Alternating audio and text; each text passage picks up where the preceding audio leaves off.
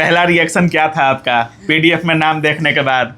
पहला रिएक्शन तो यही था, विश्वास नहीं हुआ पहले तो। मैंने उस पीडीएफ को क्लोज करके फिर मैं यूपीएससी के ऑफिशियल वेबसाइट पे गया। अच्छा। और फिर वेबसाइट पे जब चेक कर लिया, उस पे जब दिख गया, तब उसके बाद काफ़ी खुशी हो रही थी। मतलब पहले तो लग रहा था कि कैसे हो गया, खुद यही विश्वास नहीं हो रहा था, बट फिर बहुत अच्छा लगा। जन्म होने के बाद से इसके दिमाग में एक ही चीज फीड किया गया था मेरे द्वारा। नहीं, ये करना है। आपके द्वारा फिट किया गया था।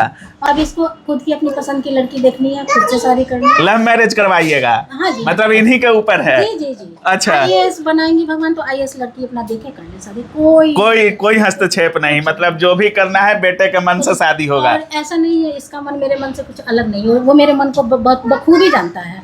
नमस्कार दोस्तों, अभी हमारे साथ हाजीपुर का लाल उज्जवल प्रियांक हैं और महज 25 वर्ष के उम्र में इन्होंने यूपीएससी में 10वां रैंक हासिल किया है। सारी चीज़ों पर बात करेंगे। पिताजी क्या करते थे, शुरू से माहौल कैसा था, यूपीएससी की तैयारी कब से शुरू की और कैसे इस एग्जाम में 10वां रैंक हासिल किया, सारी चीज़ों पर चर्चा करेंगे। सबसे पहले आपको बहुत बहुत बधाई। बहुत बहुत आपका धन्यवाद। कैसा लग रहा है अभी? बहुत अच्छा लग रहा है, मतलब कि ऑल इंडिया रैंक 10 आ गई, इसकी उम्मीद नहीं थी। अच्छा। अभी बहुत अच्छा लग रहा है कि मतलब 10th रैंक आई है पूरे कंट्री में। जब रिजल्ट आया तब क्या कर रहे थे प्रियांक भाई आप? उस वक्त हम लोग सभी कोई खाना खा रहे थे। अच्छा। अराउंड 2:15-2:30 बज रहे थे जब रिजल्ट आया था। हाँ। और जो कि मतलब थोड़ी बहुत इन्फॉर्मेशन हर जगह पे चल रही थी कि आज रिजल्ट आ जाना चाहिए।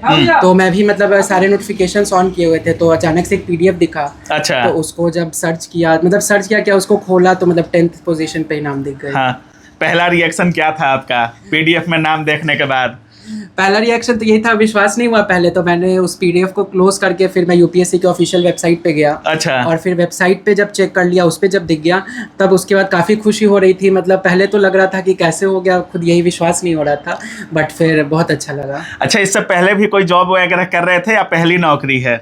नहीं, ऐसे प्रॉपर ये मेरी फर्स्ट जॉब ही होगी। इससे पहले मैं फ्रीलांसर वर्क कर रहा था एडटेक कंपनीज में, जहाँ पे मैं स्क्रिप्ट राइटिंग का काम और एज ऑनलाइन एजुकेटर था। अच्छा। तो मैं वहाँ पे लगभग 3-4 साल काम किया मैंने ऑनलाइन। यूपीएससी की सफ़र कब से आपने स्टार्ट किया? आपने इंजीनियरिंग भी किया है।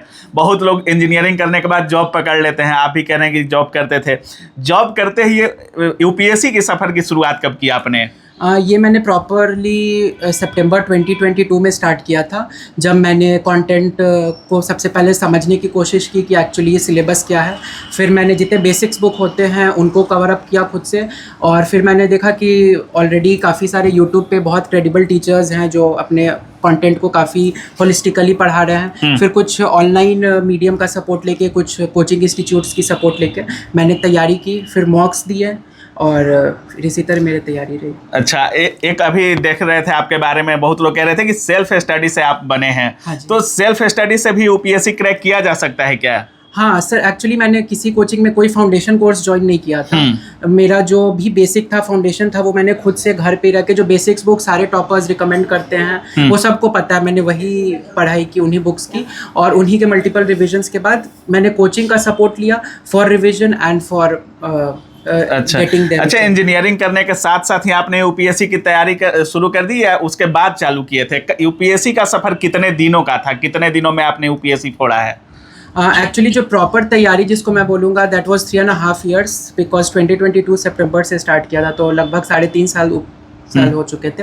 बाकी जब मैं कॉलेज में ही था तो मुझे एक आइडिया थी, क्योंकि कुछ लोग थे जो बताते थे कॉलेज में कि इसमें क्या पढ़ना होता है। तो जैसे जो बेसिक्स बुक थे, मॉडर्न इंडिया की जो हिस्ट्री है, उन बुक्स को मैंने एक बार बेसिक रीडिंग की थी बुक्स की।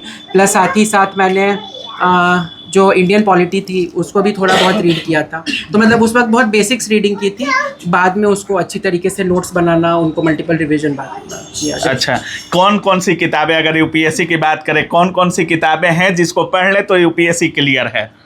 सर, ऐसी कोई प्रॉपर किताबें नहीं है जिससे क्वेश्चंस आती है, बट जिनका नॉलेज होना ज़रूरी है, जिससे हमारा कंटेंट बनना चाहिए।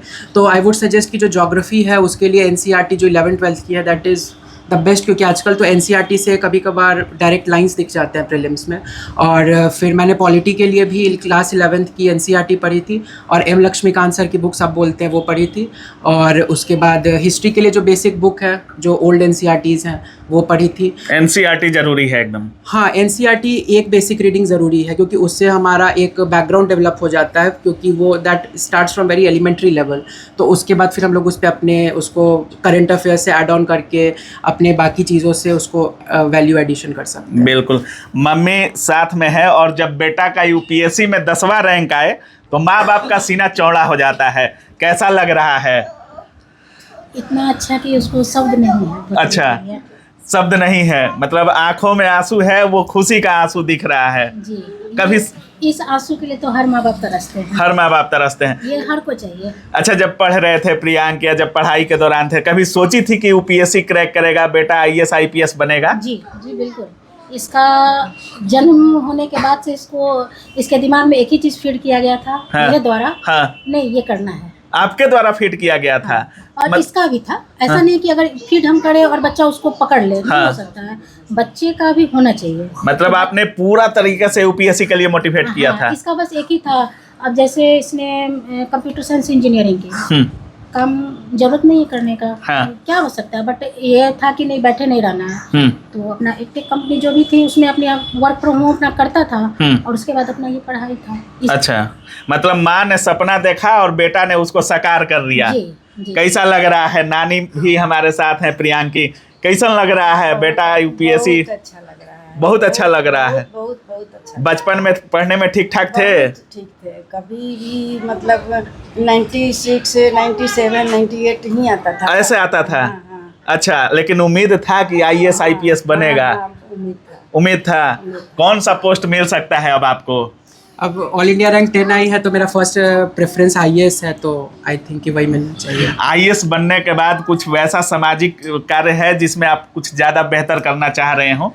हाँ, कुछ ऐसे फील्ड्स होते हैं जिसमें लगता है, क्योंकि मैं एजुकेशन में थोड़ा बहुत काम किया है, तो डेफिनेटली थोड़ा एजुकेशन इम्प्रूव हो, स्पेशली जो हमारे स्टेट्स हैं नॉर्थ इंडिया के, जहाँ पे आज भी लिटरेसी रेट काफ़ी कम है। तो थोड़ा एजुकेशन सेक्टर में काम करना चाहूँगा। और दूसरा जो मैं बिल्कुल जिस पे फोकस रहेगा वो रहेगा विमेन एम्पावरमेंट, जिस पे अभी बिहार काफ़ी अच्छा काम कर रहा है विद ऑल दोज एसएचजीज ग्रुप, जो जीविका दीदी वगैरह हैं। तो यदि उसको हम लोग प्रोत्साहित करें तो और हमारी जो महिला सशक्तिकरण होना चाहिए। शादी उदी हो गया है प्रियांक भाई की अभी बाकी है? नहीं, अभी नहीं हुई। तो मम्मी जी दहेज लेना है कि नहीं लेना है? जी नहीं, बिल्कुल। अब नहीं लेना है, अब दहेज बिल्कुल नहीं चलेगा। नहीं, दहेज के मतलब ऐसा नहीं है कि पहले का बात बता रहे हैं। हाँ। ऐसा नहीं है कि अब शादी है तो थोड़ा बहुत तो चलता है। हाँ। पहले था, लेकिन अब बिल्कुल भी नहीं। बिल्कुल नहीं चाहिए। बिल्कुल भी नहीं। मतलब अब इसको खुद की अपनी पसंद की लड़की देखनी है, खुद से शादी करनी है। लव मैरिज करवाइएगा? हाँ जी। मतलब इन्हीं के ऊपर है? जी जी जी। अच्छा। आईएएस बनाएंगे भगवान तो आईएएस लड़की अपना देखे कर ले शादी। कोई हस्तक्षेप नहीं, मतलब जो भी करना है बेटे के मन से शादी होगा। और ऐसा नहीं है इसका मन मेरे मन से कुछ अलग नहीं है, वो मेरे मन को बखूबी जानता है। अच्छा,